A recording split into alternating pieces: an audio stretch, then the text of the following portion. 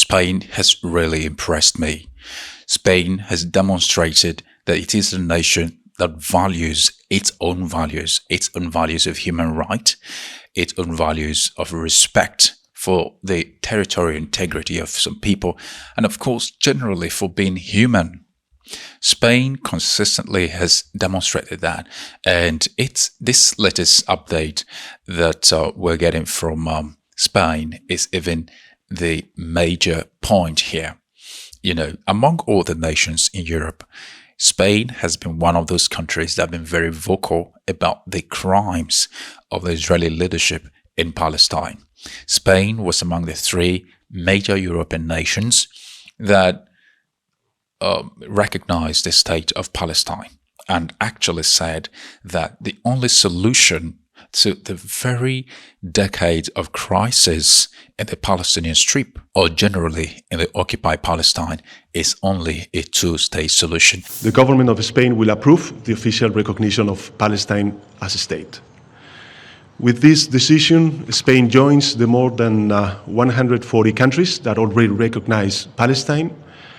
This is a historic decision that has a single goal: to contribute to achieving peace between Israelis and Palestinians.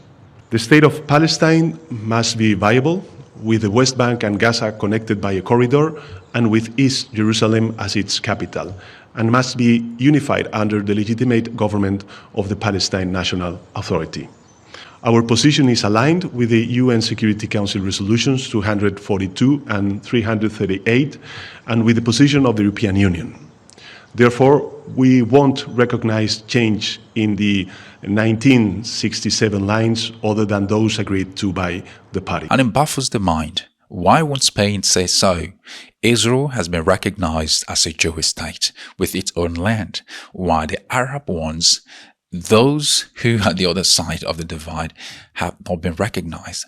What is keeping America and other parts of the world to recognize a two-state solution as the only panacea to the challenges facing that strip? We cannot really say what the problem is, but 146 countries, including Slovenia, has recognized Palestine. So what's keeping the nation from kicking off? Israel has been citing lack of reforms on the part of the Palestinians and many other sundry issues which they themselves are engineering. They are the reason why there's no organization among those in Gaza and those of the Palestinians in the West Bank and what have you. If you go to Takram today in the West Bank, it's looking more like Gaza, and there was no October 7 in that area as well. So what's really going on? So they do not want any resistance. They want to perpetuate war, arm some people, and then claim they're terrorists, and then go into those places and keep demolishing houses, demolishing homes, making ways for more settlement against international law. Now Spain is saying enough is enough. También le puntualizo una cosa, señor Rufián. Nosotros no comerciamos con un Estado genocida. No lo hacemos, señoría. Y creo que el otro día, desde esta tribuna, explicité precisamente de qué estábamos hablando, cuando se hablaba de algunas cosas que no se ajustan a la verdad. Y finalmente, señoría, hombre, decir que nosotros hemos estado con un silencio cómplice ante los ataques, perdone que lo diga, llevamos sufriendo los 7 años.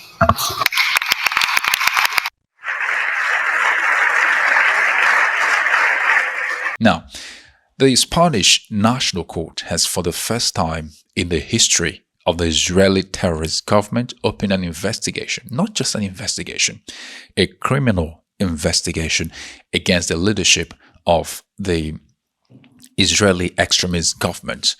Okay, now, this criminal investigation is unique in its type because, unlike the ICC criminal investigation, this is more tied to an immediate action that the Israeli government took some months ago. Now, what is that action? You could recall last month, some folks from Europe said they wanted to break the Gaza siege. This siege was imposed by the IDF, both on land, on the sea, and any other entry point that could come to the aid of the suffering and starving people of Palestine. The case was filed under the principle of universal jurisdiction by Spanish citizen Sergio Taribio and the Committee for Solidarity with the Palestinian Cause. It alleges that Israeli forces used drones, tear gas, and carried out illegal detention of civilians in what it describes as a part of a broader pattern of violation tied to the ongoing conflict in Gaza.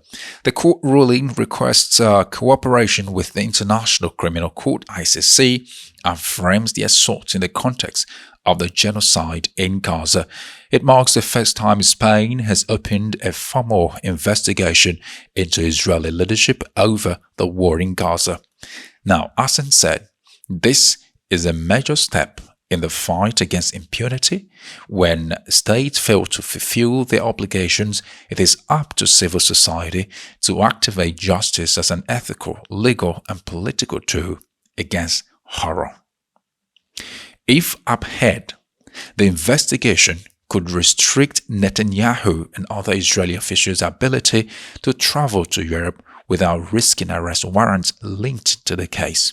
Israeli government has not yet issued an official response to this development. Let's listen to the speech made by Prime Minister Sanchez, that's of Spain, when he called for the first time the government in Tel Aviv terrorist and said they were committing genocide in Gaza. La gravísima crisis humanitaria que padece Gaza desde octubre de 2023 ha dejado más de 50.000 muertos, 100.000 heridos y 2 millones de desplazados internos. Son cifras escalofriantes, inaceptables, que no solo vulneran cualquier noción básica del principio de humanidad, sino que violan los fundamentos básicos del derecho internacional y del derecho internacional humanitario. Hacia la paz en la región es la implementación de la solución de los dos Estados. Con ese propósito, España reconoció al Estado de Palestina hace un año y hoy quiero instar nuevamente a otros países a avanzar en el reconocimiento del Estado de Palestina. Right, that speech was made at a very critical time in the life of Palestine. It was at a time when the world turned completely against the whole of Palestine.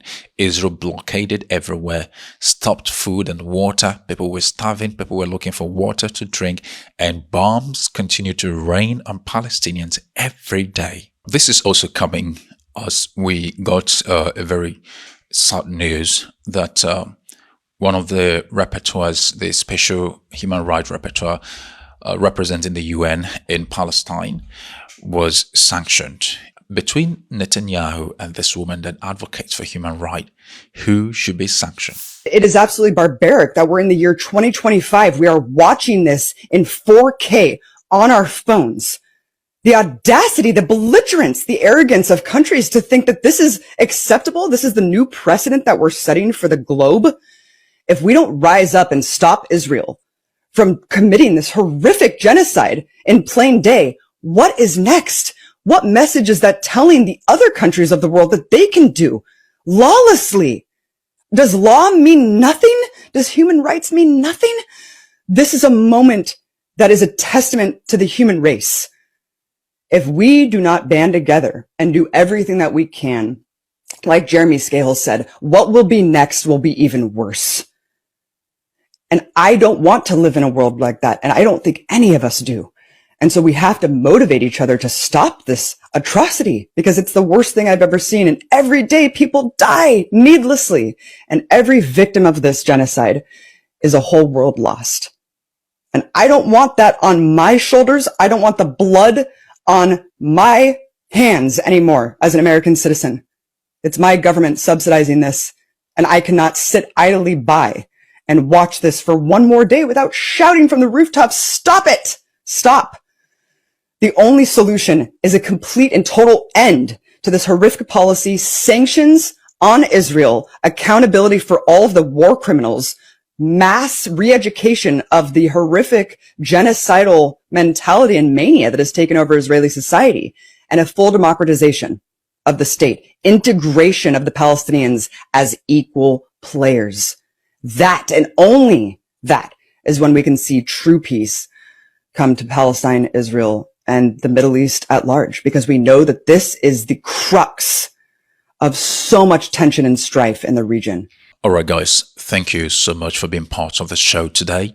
I really appreciate your time, and I would appeal for your support. To support us, there are things you must do. We're not demanding that you buy us coffee. We are not demanding that you become patron or something. We're just asking you to hit the subscribe button and be part of this great family. Well, thank you. God bless you. See you next time in our next episode.